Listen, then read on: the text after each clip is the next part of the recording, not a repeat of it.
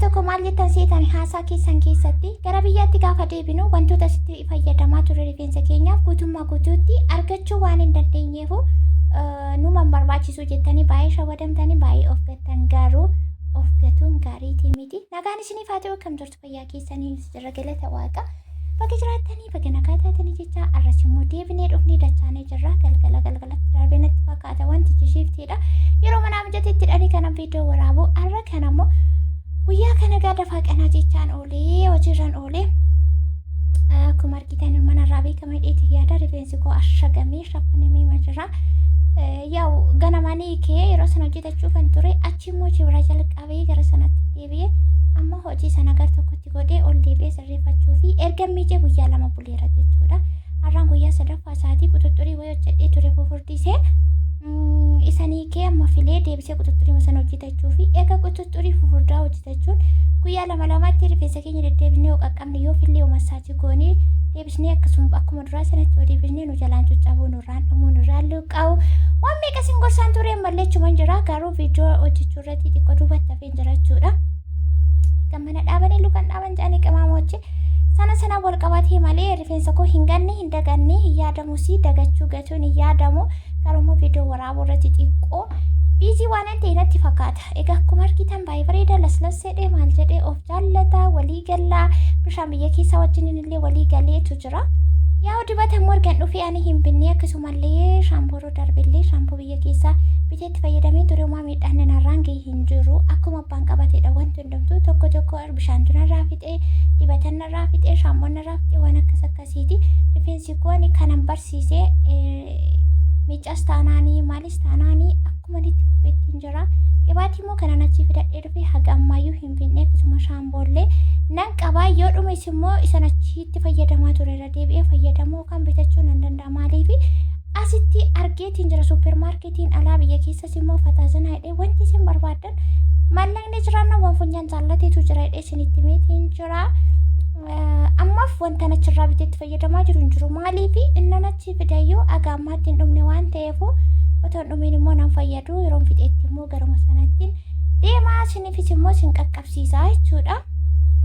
Yaa qibaatii tokko kanneen akka avukaadoo roosmerii fa'aa oolii mana keessatti hojjetaman rifeensa keenya immoo wal'aanuu yaaluu danda'anii asitti illee hojjetadhee itti fayyadamaatiin jira mallee qibaatii roosmerii nan qaba akkuma achitti gochaa ture asitti illee gochuumattiin jira jechuudha. Daqiiqaa 5 fudhatu dhiisu waan tokko nan godhatanii yoo famansiistanii akkuma taatanii yeroo keessistanii jechuudha bakki sanatti argamtanii waan sana kan raawwattan garuu salacha'uu sinfinnaa waan akkasii jiraannan gaarii miti. Ammas deebisee quxuxurii sanatti deeffachuudhaaf jechuudha quxuxurii sanatti deeffachuu fi kana gaafa miicestii shawaaritiin xiqqoo lab godheen jira. Warri rifeensi keessan jajjabaatee sirraa kisuu isiniif lamuu didu maal isinii ta'uu didu istii shawaarii kiiloo meeqa sassaabdanii manaa qabdu qibamoonni nan beeka waan dhabdanii qabdanii garuu akkaataatti fayyadamantoota tokkotu baay'ee sirraa kisaachuudha. Kanaaf rifeensi keessa yoo jajjabaatee filamuu didee sirraa kisuu ta'e xiqqoo ishee lab yoo gootanii akka filamuu akka lallaafu akkasumallee qibaatii akka fudhatu seera qabeessaan akka hojjetattan eessatti akka rakkoo qabu eessatti akka caccabe eessatti illee akka irraa guddan isinitti agarsiisa wantichi. Isiniin jedheen tureegaa kun akkuma argitan viidiyoo spiidiirra kaa'een jira. Yeroo quxuxurii dhawan hin jabeessuun allaaffisa maaliif rifeensi jabaatee qaqallatee dha'amu yeroo hiikamu ni buqqaa ni ciccitaa akka tokko ta'a jechuudha. Sun akka hin taaneef of eeggannootiin hin gochaa jira akkuma argaa jirtani.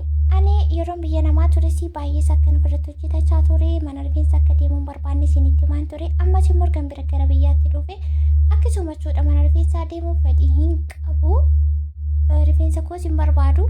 Kanaafuu akkuma fedhii abbaati garuu akka kootti barbaachisaa miti. Amma namoonni tokko jechuudha sumattuu kan asittis wal arginu alattis manaattis wal arginu rifeensa koo kan maallaqan dhabee kan yeroon deemee hojjetadhuun dhabeedhaan waan meeqa ta'u jechuudha. Maaliif harka namaa baruun harki namaa harkuma namaati waan ta'eef waa meeqatu nama irrata. Isuma maallaqa ofiitii naqanii hojjechiifatan yeroo tokko maallaqa dhabuu danda'u saantiif nama harkaa dhumti yeroo tokko yeroo dhabu garuu harka ofiirra jiraannaani waan ofii waanuma ofiiti waan ta'eefu ofii keessaniin baraa isiniin jechuu fi yoon tokkosuu barbaade illee yoon maal gochuu barbaade asumattiin fataazanaa godhaa jechuudha. Kanan isin gorsuu isin fayyadaa isiniin jechuudhaa fi waan meeqatu biizii nama godha. Dhabuunis immoo argachuunis immoo ni jira. Sanaan daangeffamni rifeensa keenya dhabuu, rifeensi keenya nurratti babbaduun barbaachisaa miti. Kanaaf egaa akkuma argitan sa'aatiinis immoo baay'ee deemaa jira. Xiqqoo sa'aatiin isaa darbee jira. Kuni guyyaadha. Ol deebi'ee akkasittiin nafa hiree walirraa hireetiin filachuudha. Akka hin caccabne akka keessaan jalaa hin buqqaanee fi akkasitti mimicciiree bakka kuni baay'ee bareeda. Baay'ee rifeensaaf gaariidha. Isin bareeda isaa boossu miti isa ol micciiramee gadi micciiramee asii as butamee chichi butamee dhaamu sana sun tasuma hin barbaachisu. Anis hin barbaadu rifeensi koos hin jaallatu. Faayidaa waan hin qabne jechuudha. Akkasiin isiniin jedhaatii rifeensa akkamittiin akka muramu, akkamitti akka dheerachuu danda'u, maal akka fayyadamnu, akkamittiin akka fayyadamnu, shaampoo yeroo itti goonu, yeroo miicoro tokkos, yeroo ho'isnu, yeroo maal ta'e hundumaa viidiyoo isaa hedduu isin hojjechaan ture jechuudha. Waggaa dheeraa fi kootii waan itti fayyadamu yaa rifeensa koo yeroo itti dhaganan irraa kokkotu. Isiniin jedhee suni dheerinni isaa akka saffisu akka wal qixxaatu baay'inni isaa akka dabalu akka bareedu fatazzan akka jedhu fayyadaa isiniin jedheetiin ture. Kana hundumaa immoo kanaan godhaan waanuma kamiyyoo ta'e ofirratti waan argee cheekii godhee waan saadda baasee dhugaaf soba ta'uusaa erga mirkaneessee booda gara sooshaal miidiyaatti as fidaa jechuudha. Namni seeraan fayyadamee akka jedhamtanitti yoo kan hojiirra oolchitan ta'e wantichi faayidaa isinii qaba. Kun immoo dirqii osoo hin taane fedhaan jechuudha. Namni isinii ta'e karaa kanarra baatanii fayyadamuu dandeessu. Yoo isiniin taane immoo karaa biraatti illee darbuu dandeessu jedheetiin isiniif waan an beeku tokko irraa isin qoqqoodaatii ture. Kun fuuldura isaa bakka kana akka hin caccabne akka waliin dhaabanne akka hin goggonye vaasiliinitti dibee sukkuumee masaajii godhee ashamuuttiin jira jechuudha. Kana fakkaataa ofii hojjetachaa waan an beekuu fi waan an hubadhe waan nagalee kan miidhuu kan fayyadu irraati. Yaada koo waan isinii qoodii fakkaataa viidiyoo biraatii nagaan dhufuttis waa'ee rifeensaanis wal qabatee gadi buutanii baay'ee isaa argachuu dandeessu. Warri haaraa taatan sabiskiraabii godhaatii nootifikeeshiniin akkasiin qaqqabu godhaa. Asirraa waan barattan hedduun isaa jiraachuu danda'a. Isinis immoo waan beektan gorsa yaada babbareedaa yoo qabaattan sekshinii koomentii irratti na barreessuu dandeessu. Akkasumallee viidiyoo kun laayik sheer gochuu hin dagatiinaa. Warri hagammaatiin jajjabeessaa jirtan daawwachaa jirtanii maal jechaa jirtan baay'ee galatoomaa ulfaadhaa jechaati. Amma kun egaa akkuma asirratti argitanii anatti baay'ee natti bareeda, baay'ee na gammachiisa. Rifeensa koo hojjechuuf, filuuf, miicuuf, maal gochuu fi innuuf hin salacha'u. Kun akka kanaatti babbareechaatiin jirachuudha. Viidiyoon kun immoo gara xumuraa jira. Dhumarratti wanti isiniin jechuu barbaadu jiraate ijoollee keenya biyya arabaa jirtan hunduma keessan haalli qilleensaa amma alaarra jiru baay'ee namatti tolaa hin jiru.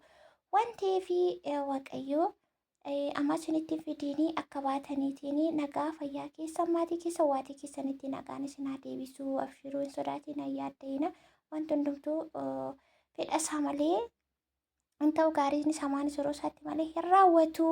Jabaadhaa waaqayyo sinaa gargaaru si wajjin haa ta'u. Dhumni isaa kana fakkaataa baay'ee tokko babbareeda. Fufurdiseen godhaanii maaliif yoo jettan akkuma isiniin jedhee jechuudha. Kana fakkaataa kana jechuun bira 250 mana rifeensa gaafa deemnu ani bakka sana deemuu sin barbaadu gochuu sin barbaadu wanta harki koo beeku ogummaan ofii koo qabuu fi dibatan itti fayyadamuun akka kanaatti waliin jirra jechuudha.